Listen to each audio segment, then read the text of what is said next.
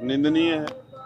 और इससे पूरे देश दुनिया में रहने वाले डॉक्टर बाबा साहब अम्बेडकर को मानने वाले लोगों के मन में बहुत पीड़ा पहुंची। चंद्रशेखर आजाद अमृतसर पहुंचे पीड़ा इसलिए और पंजाब की क्योंकि ये जो सरकार पर धरती है गंभीर ये आरोप भी संतों लगाए गुरु और और महान उनको पुरुषों की एक धरती है। नई चेतावनी भी और दी। जिस तरह के एटमॉस्फेयर में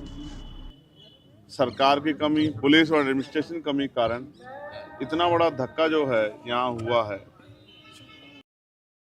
संविधान को जलाने की कोशिश करना, उसकी प्रति को, राष्ट्रीय ध्वज को भी, कल इंक्वायरी में आया, मैंने आज सुबह ही मुझे पता लगा कि यहाँ राष्ट्रीय ध्वज का भी एक हिस्सा था जिसको जलाया गया है, और बाबा साहब अम्बेडकर के स्टैचू को तोड़ने का प्रयास करना,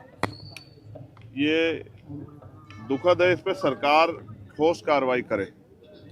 और पूरे प्रदेश में, और मैं तो केंद्र सरकार से कहूँ पूरे देश भर में जहाँ महापुरुषों की स्टैचू लगी हुई है, जहाँ इस तरह के स्थल हैं, पवित्र स्थल, उनकी निगरानी और उनकी सुरक्षा की व्यवस्था जो है मजबूत की जाए, क्योंकि ये छोटी छोटी घटनाएं बहुत बड़ी घटना को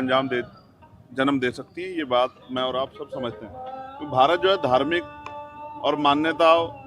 और इस तरह का स्ट्रक्चर में बसा हुआ है भारत की भावनाओं के साथ बहुत कुछ जुड़ा है, बहुत बड़े बड़े परिवर्तन हो जाते हैं।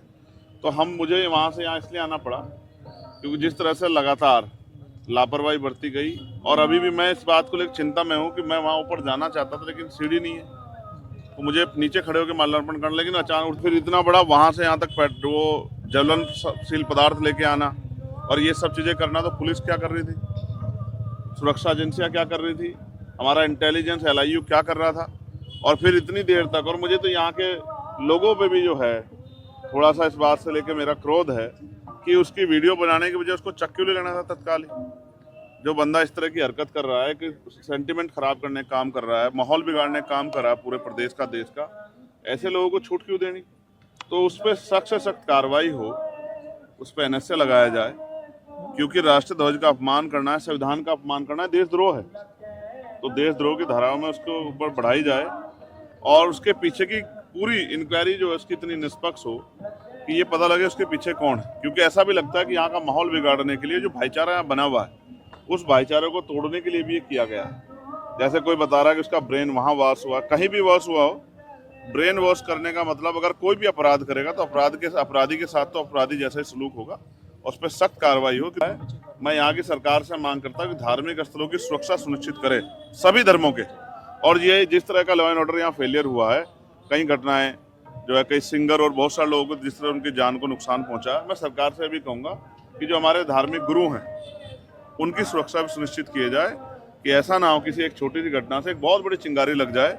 मैं यहाँ इसलिए आया हूँ पर्सनली ये जानकारी करने के लिए कि इस घटना के असल में क्या है,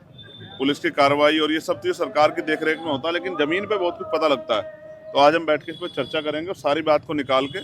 फिर दिल्ली में जाके इस पर और मजबूत चर्चा करेंगे, क्योंकि ऐसी चीज़ों को रोकना पड़ेगा। मूर्ति के साथ ही हरकत की गई, जिस इंसान ने की है, कहना है कि उसी टाइम पुलिस के द्वारा वो पकड़ा गया था। तो आपको क्या लगता है कि अभी तक उसको कोई भी सजा क्यों नहीं मिली? नहीं, सजा तो कोर्ट देता है, पुलिस सजा नहीं दे सकती, लेकिन मैं आपसे स्पष्ट करूं कि अभी उसमें कार्रवाई और होनी चाहिए। जो लोगों की मांग है, क्योंकि लोगों में गुस्सा है, लोग उबल रहे हैं, लोगों के मन में इससे पीड़ा पैदा हो रही है। तो पूरे प्रदेश को और देश से मेरे पास लाखों मैसेज हैं। फिर ये पार्लियामेंट के समय मुझे इसलिए आना पड़ा क्योंकि लाखों मैसेजेस, सबकी इच्छा थी कि आप जाके देखें, क्योंकि पंजाब जो है ये किसान मजदूर एकता का, शक्ति का स्रोत रहा है। और यहाँ से अगर इस तरह की चीज़ें हो रही है, वो भी फिर हमारे तीरथ हरमिंदर साहिब के पास अगर इस तरह से हो रहा है, तो ये फिर ये इसके पीछे भी कौन है, उनको उसकी जानना, उसकी फेर जांच हो, इसकी मांग भी सरकार से होनी चाहिए। मैं सरकार को मेमोरेंडम भी एक दूंगा कि वो इसकी निष्पक्ष जांच कराए और तह तक जाने का प्रयास करे कि अचानक से एक व्यक्ति जो अपने परिवार से दूर रहता था और उसने इतनी बड़ी घटना को अंजाम